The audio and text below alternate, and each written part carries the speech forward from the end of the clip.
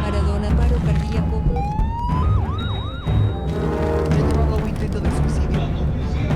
Abdalá Bucaram, La justicia se está inaugurando en este país.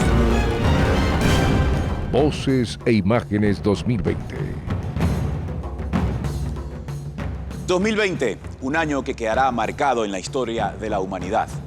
La pandemia que trajo el coronavirus y las trágicas historias de corrupción detectadas en nuestro país.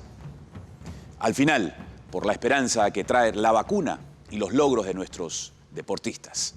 Bienvenidos a Voces e Imágenes 2020. TC Televisión y el noticiero presentan Voces e Imágenes 2020. En el 2019, el mundo ni siquiera sospechaba que se enfrentaría a un poderoso enemigo. Dejó alrededor de 1,5 millones de fallecidos en todo el planeta. Al cerrar el 2020, 50 millones de personas estaban contagiadas. Este año la humanidad pone toda su esperanza en una nueva vacuna que puede frenar este virus mortal.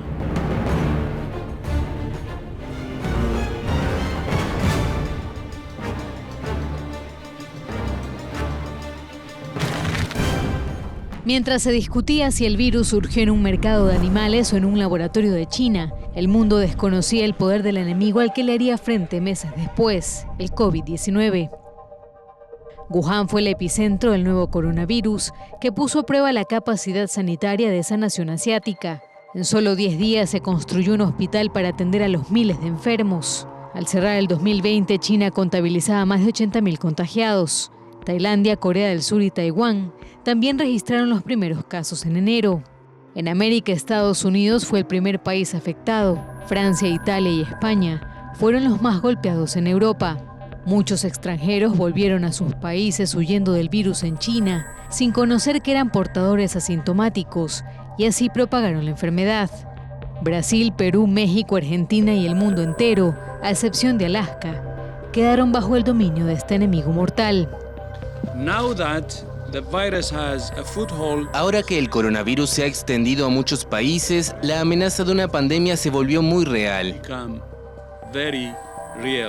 La respuesta de los gobiernos fue drástica. A mediados de abril, cerca del 60% de la población mundial llegó a verse afectada por algún tipo de confinamiento. Muchos duelos tuvieron que hacerse sin que los familiares pudiesen acompañar a la víctima. Las consecuencias económicas del encierro llegaron a todos los rincones del planeta. La pandemia hundió a la economía en la peor recesión desde la Segunda Guerra Mundial.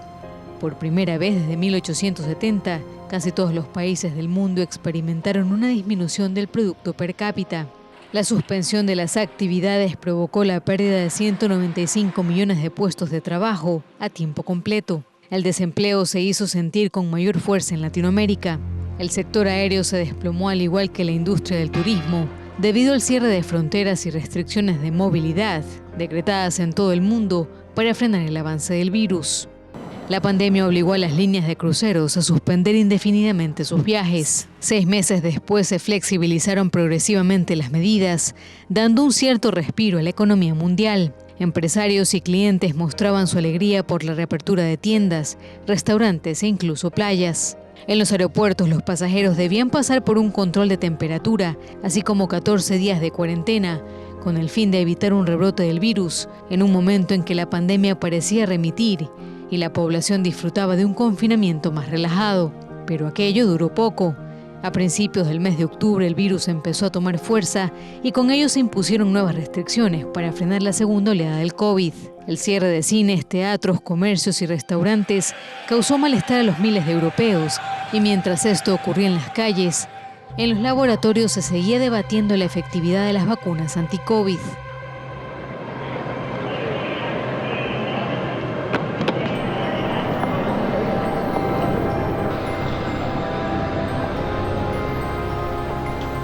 Antes de cerrar el 2020, Estados Unidos, Reino Unido y Canadá empezaron a aplicar la vacuna contra el COVID de Pfizer y BioNTech a sus habitantes, creando así un escenario de esperanza. Pero para nosotros la tragedia empezó por aquí, cuando un vuelo trajo a una compatriota desde España. contagiada con el virus pero sin síntomas, y así recorrió el país y fue el inicio de una histórica página de dolor para los ecuatorianos.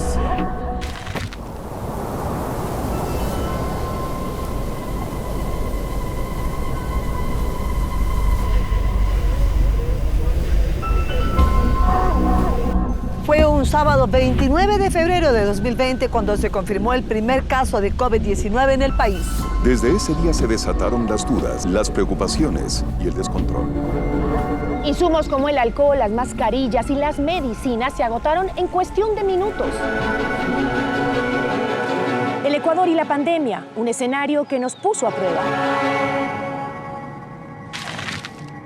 Una mujer oriunda de Babahoyo de 70 años, que vivía en España, llegó a Ecuador a vacacionar. No tenía síntomas, pero sí el virus. La desesperación volcó a la población a las farmacias y distribuidoras de medicinas. Voy a comprar todos los días, pero ¿qué hay? Nada. Esta mascarilla aquí no, nadie vende. El virus había llegado a nuestro país 61 días después de su aparición en escena mundial. Ecuador fue la tercera nación latinoamericana en confirmar un contagio. El 13 de marzo se decretó la emergencia sanitaria. Se cierran los servicios públicos, a excepción de salud, seguridad, servicios de riesgos y aquellos que por emergencia los ministerios decidan mantener abiertos. Se suspendieron las clases, hubo controles en aeropuertos y se prohibieron los eventos masivos. Luego se confirmó la muerte de la paciente cero y entonces se cerraron las fronteras y las terminales aéreas. A Guayaquil no pudo ingresar un vuelo humanitario. Que a mí me toca defender a Guayaquil y proteger esta ciudad. Y que aquí no iban a aterrizar ningún avión que viniera de Europa. Y peor, quedarse gente. El estado de excepción se firmó el 16 de marzo y únicamente se podía salir a comprar alimentos y medicinas.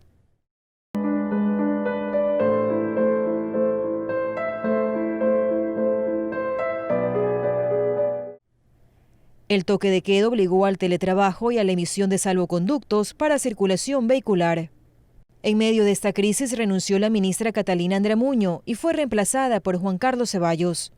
El estado de excepción se renovó por 3 ocasiones y previamente se inició un proceso de recuperación económica con la campaña Yo me cuido.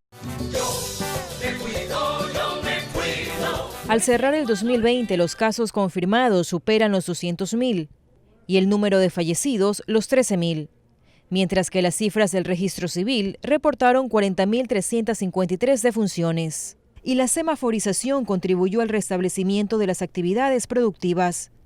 Pero surgieron las aglomeraciones, y en Quito y Guayaquil, las autoridades adoptaron nuevas medidas restrictivas para evitar así una segunda ola de contagios.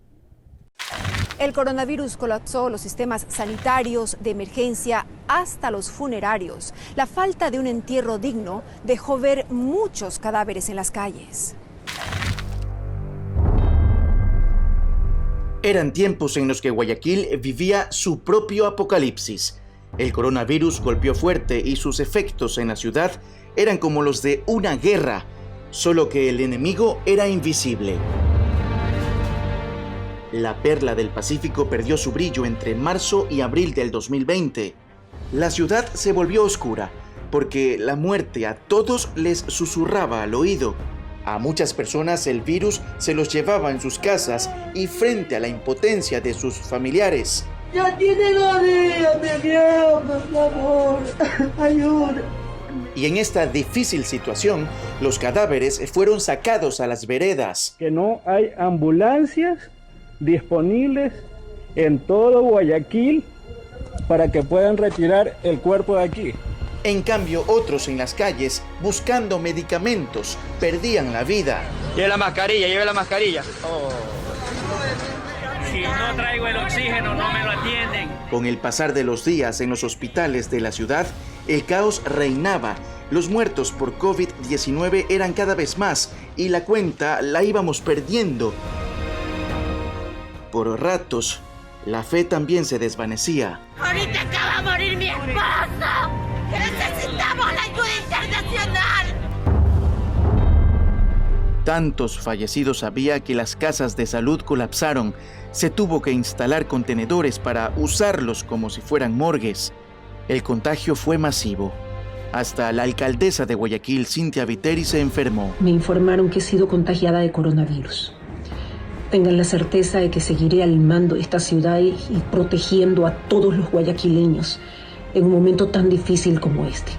Y a mis hijos de mi alma, que se están enterando igual a través de este medio, no vengan pequeños, no vengan hijos, no vengan a la casa. Les escribí una notita porque a veces se me hace difícil hablar con ustedes y hacerles entender. Los amo mucho. Papá y yo estaremos bien. Para ese entonces Guayaquil era conocida como la Wuhan de América. La ciudad estaba en boca de todo el mundo y en medio de la crisis se creó una fuerza de tarea para enterrar a los muertos. Jorge Guátet, quien en ese entonces era gerente de Ban Ecuador, se hizo cargo de esa labor y se refirió sobre cómo fue el trabajo después de 9 días en cadena nacional. El proceso que seguimos con la Policía Nacional y Criminalística es recoger a los fallecidos e inmediatamente ir asignando un espacio en el campo santo público para darle sepultura. Esta unidad, la Fuerza de Tarea Conjunta, ya ha logrado, en estos 3 días que pasemos, de levantar 30 fallecidos diarios a 150. Sin embargo, la desesperación reinaba en las calles y en Carondelet no se pudo guardar más silencio. Tanto en números de contagios como de fallecimientos, los registros oficiales se quedan cortos. La realidad siempre supera el número de pruebas y la velocidad con la que se presta la atención. Le sucedió ya a otros países y hoy lo vivimos también en el nuestro, sobre todo en la querida, muy querida Guayaquil. Las funerarias también colapsaron. El municipio de Guayaquil junto a la empresa privada tuvieron que donar cajas de cartón para aliviar las penas en medio de un ambiente nunca antes visto.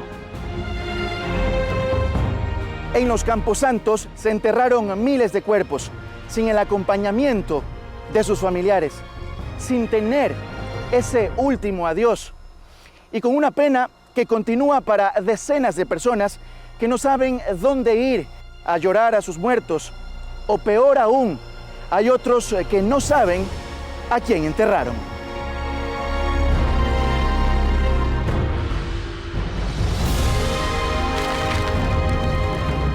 Por años, las denuncias de corrupción han cubierto a la familia Bucaram. Durante la emergencia sanitaria en Ecuador, hubo venta de insumos y mascarillas con precios cuestionados. En ese caso, se involucró al expresidente Abdalá Bucaram y a su hijo Jacobo, quien con el paso de los meses fue detenido en Colombia. Además, se inició un proceso investigativo contra el exmandatario por presunto tráfico de armas. La lista de acusaciones es larga, no solo sobre este personaje de la política nacional, sino sobre otros integrantes del clan Bucaram.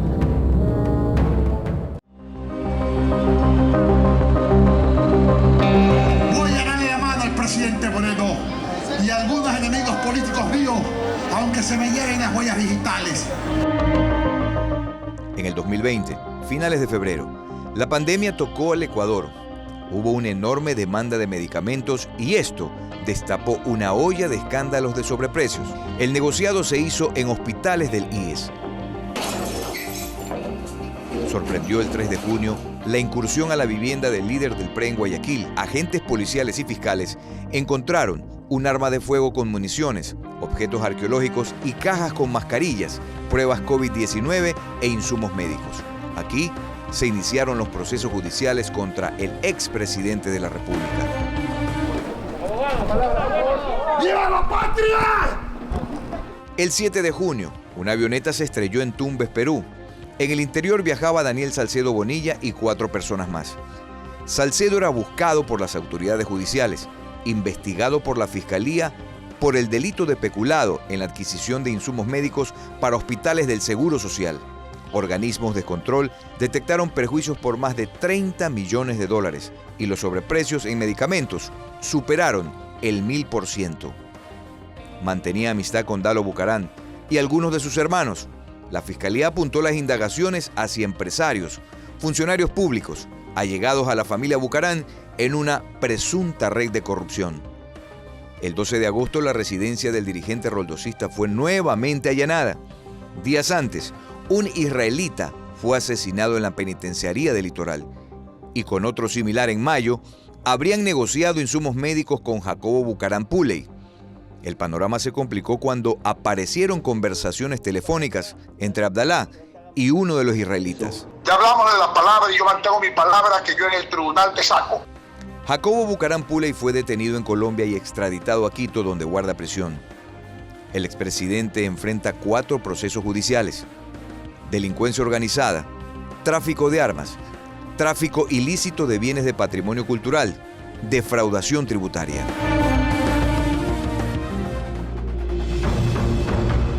A partir del siniestro de esta avioneta, se abrió un abanico de investigaciones de delitos millonarios de corrupción.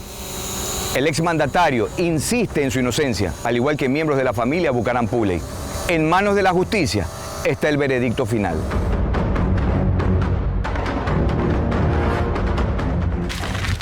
La muerte y dolor que causó la pandemia no impidieron que la ambición de algunas personas se aprovechara de la emergencia sanitaria para conseguir millonarios ingresos.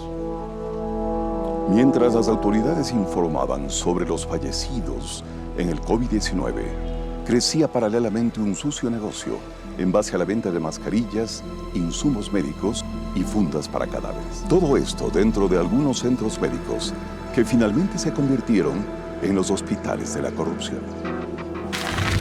Mientras varias personas morían con el COVID-19, a fines de marzo, una red de corrupción se destapaba en el Hospital Teodoro Maldonado Carbó del IES. El primer contrato de esta casa de salud con uno de los proveedores investigados fue de $10 millones.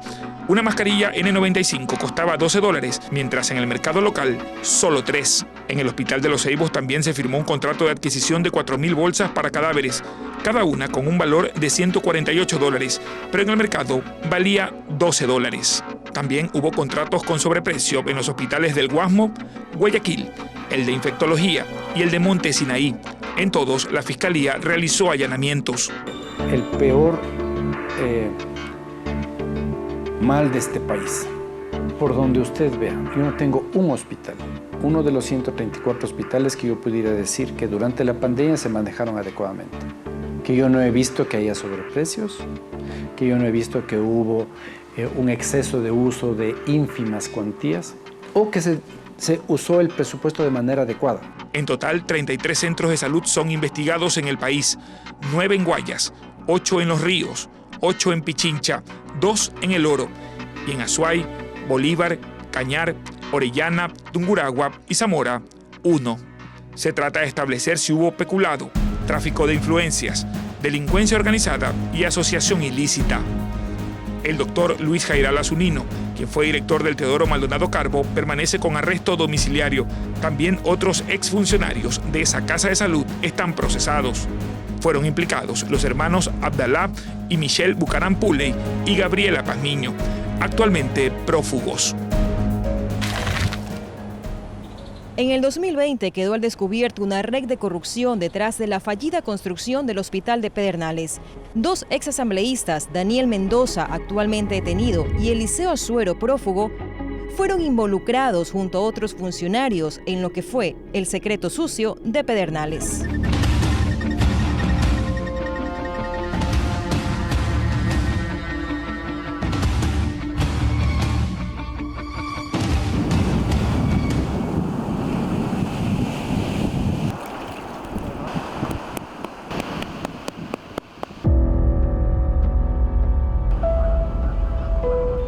Es la historia de un sueño postergado, de decepciones y corrupción. El Hospital de Pedernales es la obra más anhelada desde la creación de este cantón hace 28 años. Hemos visto pasar muchas autoridades, hemos visto morir a muchos de nuestros familiares, pero hasta ahora no tenemos un hospital para Pedernales. Después del terremoto de 2016, surgió una nueva esperanza, pero esta también se desvaneció.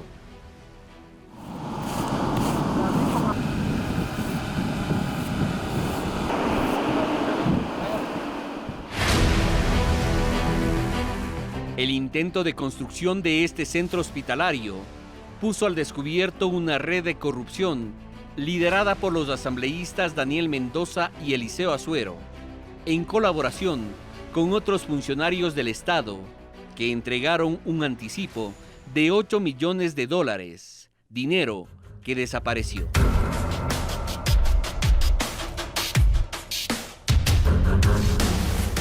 El consorcio Pedernales Manabí reemplazó a la empresa Tipman S.A., la cual presentó garantías falsas y por ello se terminó unilateralmente el contrato.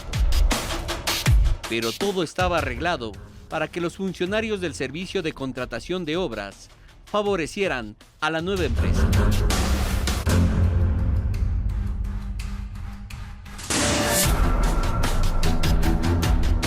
El 14 de mayo en Manabí se retuvo a 9 personas, entre ellas a Giancarlos Benavides, asesor del asambleísta Daniel Mendoza, quien tenía $1.700.000, equipos electrónicos y armas de fuego. Curiosamente, ese mismo día, Daniel Mendoza solicitó una semana de licencia a la asamblea y nunca más regresó. La madrugada del 5 de junio fue detenido. También fue capturado René Tamayo, director del SECOP, institución encargada de evitar direccionamientos en la adjudicación de obras. El 1 de julio, Daniel Mendoza renunció a su cargo para evitar una destitución. 2 meses después, el Pleno de la Asamblea lo censuró.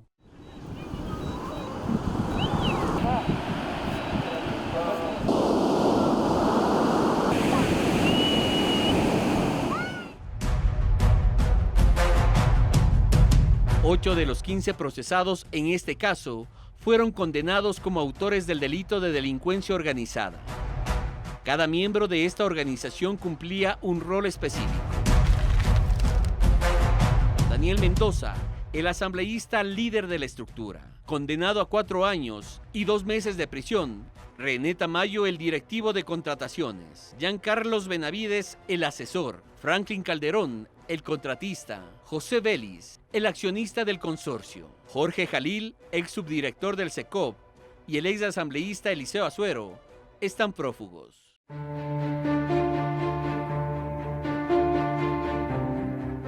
Es una ilusión que lleva más de 20 años. En este terreno de 3 hectáreas se debía construir un hospital básico que beneficiaría a más de 200.000 personas del sector. Revelado el secreto sucio de Pedernales, sus pobladores esperan verlo hecho realidad para 2021. Y esta vez esperan que sus ilusiones no se desvanezcan como un hospital construido en arena.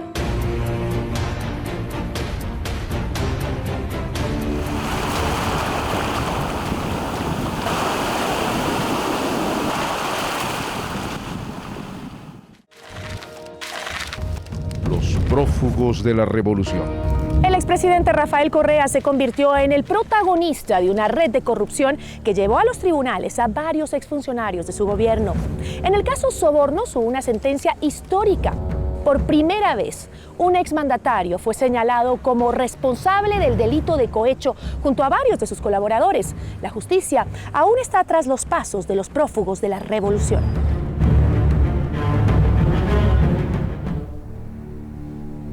A luchar contra las estructuras que han permanecido. Pamela Martínez, ese testimonio tiene que valorarse. Por primera vez, un expresidente de la República era sentenciado junto a sus entonces cercanos colaboradores y empresarios. Fueron acusados de conformar una estructura criminal que operaba desde el Palacio de Carondelet. Que la justicia se está inaugurando en este país. Que sea un mensaje claro, que no importa, desde las más altas estructuras del poder, la ley es para todos. Con los mandatarios Rafael Correa y Jorge Glass a la cabeza, funcionarios públicos solicitaban coimas a empresarios a cambio de contratos con el Estado. Que ellos, a través de su influencia, irradiaron para que sus ministros, secretarios de Estado y asesores cometan los delitos. En total, 20 procesados fueron condenados como autores, coautores y cómplices del delito de cohecho pasivo agravado, la mayoría con penas de 8 años y 3 con condenas reducidas. Según Fiscalía, los líderes de la estructura eran Rafael Correa y Jorge Glass, Quienes coordinaban el cobro de las coimas eran el mismo GLAS, los exministros María de los Ángeles Duarte, Walter Solís y Vinicio Alvarado. Los beneficiarios de estos rubros, el exsecretario jurídico de la presidencia Alexis Mera, la asambleísta Viviana Bonilla y esta última a través de su ex colaborador, el ex asambleísta Cristian Viteri. Finalmente, la ex asesora de Correa Pamela Martínez y su ex asistente Laura Terán llevaban los registros de aportes y hacían pagos de lo recaudado. 10 empresarios aportaron a cambio de contratos estatales. Sin embargo, a 3 meses de una sentencia en firme, solo GLAS, Mera y Martínez cumplen su condena en la cárcel. Terán ya cumplió su pena reducida y el empresario Pedro Verduga es vigilado en un hospital de Guayaquil. Los otros 15 están prófugos: Correa en Bélgica, Alvarado, Bonilla y Viteri en Venezuela, Solís en Estados Unidos y Duarte en la Embajada de Argentina en Quito. El cohecho no prescribe, es decir, solo podrán regresar al país para cumplir su pena. Es un delito contra la correcta administración de la administración pública y por lo tanto a quien le corresponde presentarse como víctima es al Estado. Por ahora, los exmandatarios perdieron su pensión vitalicia y Bonilla su cargo de legisladora. Los 20 sentenciados tampoco podrán postularse para cargos de elección popular en tanto dure su condena y deberán pagar 14.7 millones de dólares, que es el duplo de los sobornos. Como reparación inmaterial se develó una placa en el Palacio de Carondelet con los nombres de los 20 sentenciados que recuerda este acto de corrupción. Este caso inicialmente se denominó Arroz Verde con base a una publicación periodística. Hacía referencia a los archivos de Excel en donde se registraban los aportes. Luego lo denominaron Caso Sobornos 2012-2016, que fue el periodo en el que se cobraron las coimas para sostener la propaganda de Alianza País. Carlos Luis Morales llegó al gobierno provincial del Guayas y al enfrentar la emergencia sanitaria se lo acusó de tráfico de influencias en la adquisición de insumos médicos. Tras su súbita muerte y la vinculación de su esposa Sandra Arcos y sus hijastros en esta trama de corrupción, continuaron las denuncias en esa entidad, convirtiéndola en una verdadera prefectura del espanto.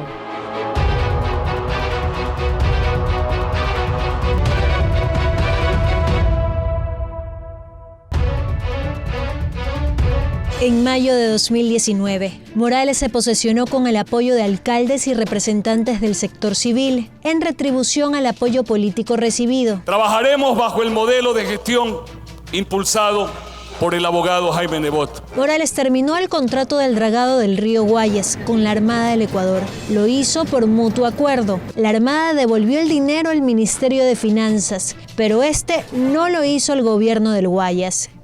En el primer año de su prefectura, en junio de 2020, los escándalos de corrupción iniciaron. En el listado de la compra de insumos médicos constaban 70.000 mascarillas N95 por más de $6 cada una y 5.000 pruebas rápidas para COVID-19 por más de $23, por un total que superaba el $500,000, con el 123% de sobreprecio. Asambleístas del Partido Social Cristiano le pidieron que explique su participación en los escándalos de corrupción o renuncie. Morales anunció que había presentado una denuncia a la Fiscalía para que se investigue a varias personas, entre ellas a los 2 hijos de su esposa, Sandra Arcos. Señores, y si ha habido alguna irregularidad, créame que tienen que actuar como tienen que actuar. Al día siguiente, Morales fue detenido por la investigación del delito de tráfico de influencias y peculado. En la audiencia, al prefecto del Guayas le prohibieron salir del país, le ordenaron presentarse periódicamente ante el juez y le colocaron un grillete electrónico en el tobillo derecho. La mañana del 22 de junio, Carlos Luis Morales murió de un infarto. Mi hermana ha tenido enfermedades preexistentes, ¿no es cierto? Eso es lo que da la autopsia y más el estrés que ha tenido. Después de la muerte del prefecto, la Fiscalía se abstuvo de acusar a Sandra Arcos y a sus hijos y los desvinculó del proceso. La viceprefecta Susana González asumió la prefectura del Guayas. Los consejeros provinciales le dieron el respaldo para iniciar los trámites, para terminar unilateralmente las concesiones viales otorgadas a Consegua y Conorte. Que esta es la primera concesión en este país, en América Latina y en el mundo, donde no le genera un solo centavo a la provincia. Desde el 11 de septiembre hasta diciembre, a Concejo y Conorte, la prefectura les ha impuesto más de 10 sanciones por casi 40 millones de dólares por incumplimiento en los mantenimientos y ejecución de obras en los 662 kilómetros de las vías del Guayas.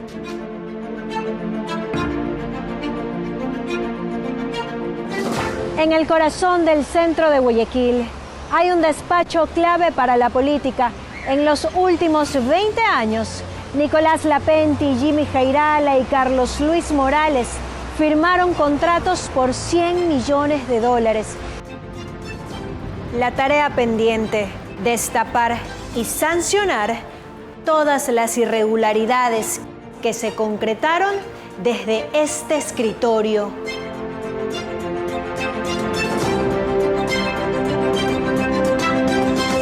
Más de 1.000 vehículos de lujo fueron importados en el 2020 con exoneraciones arancelarias.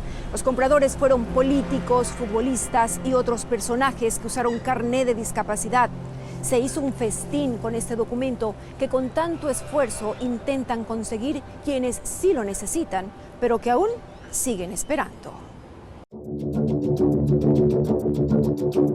Entre el 2018 y 2019, más de 6.000 vehículos fueron importados con carnés de discapacidad, casi 300 de estos de alta gama, es decir, de lujo. La entonces directora del SENAE, María Alejandra Muñoz, ordenó una investigación para determinar las posibles ilegalidades en esas inusuales importaciones.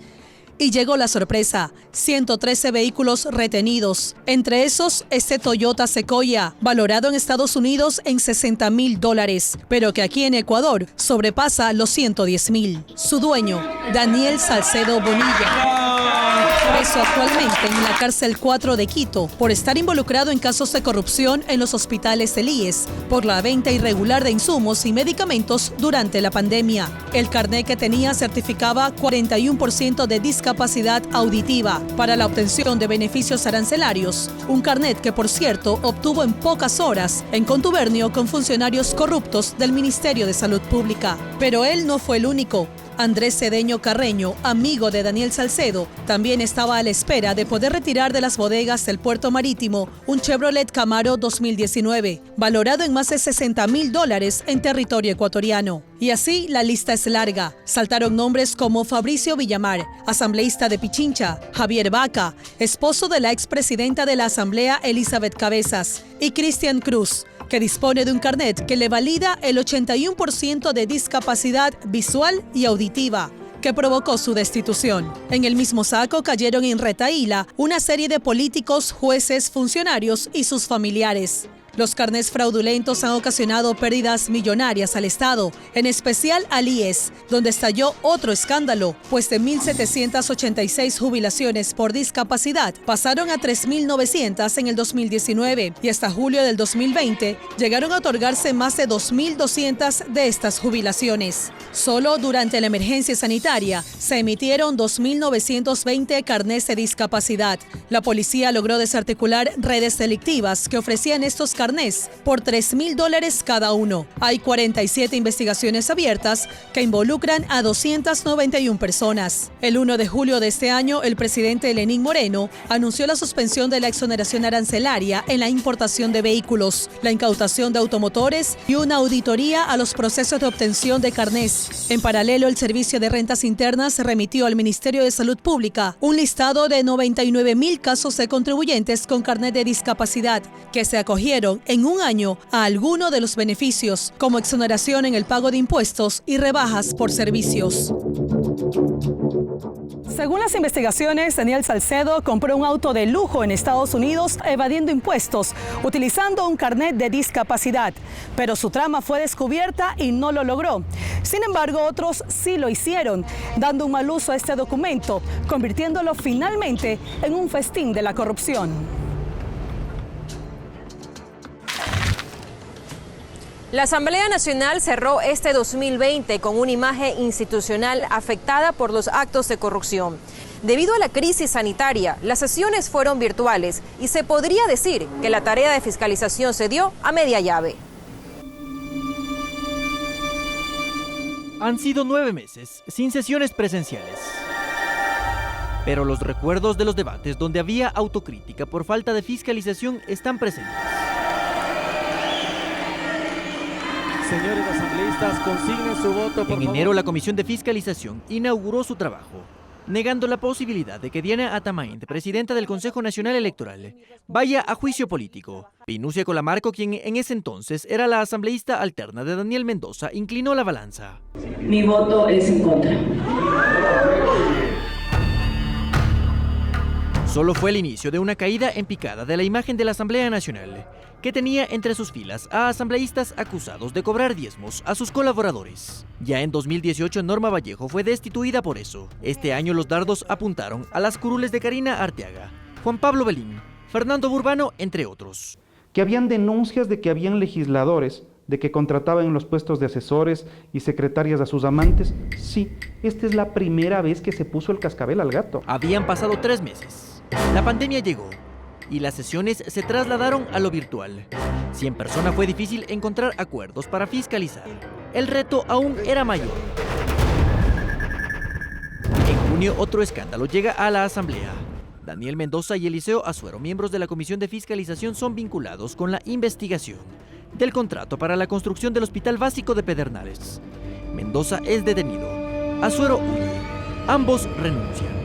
Y con ello viene un proceso de reestructuración en la Comisión de Fiscalización. Ahí se demuestra de que hay algún afán escondido por retirarme este espacio de legislador. Hemos tenido un espíritu de cuerpo y se han procesado interna y externamente todos los casos que se han denunciado. Una reforma íntegra. Elio Peña se convierte en el nuevo presidente de la comisión.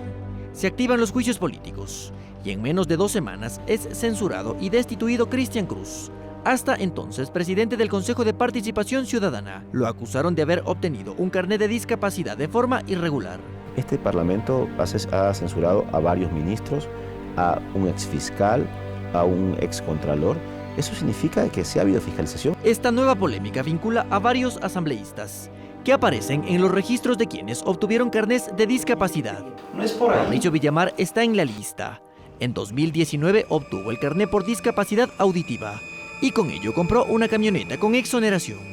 Las críticas venían de todo lado. Si es que la justicia determina que yo soy culpable, me mandarán a la cárcel. Este es un tema que aún no ha podido ser resuelto.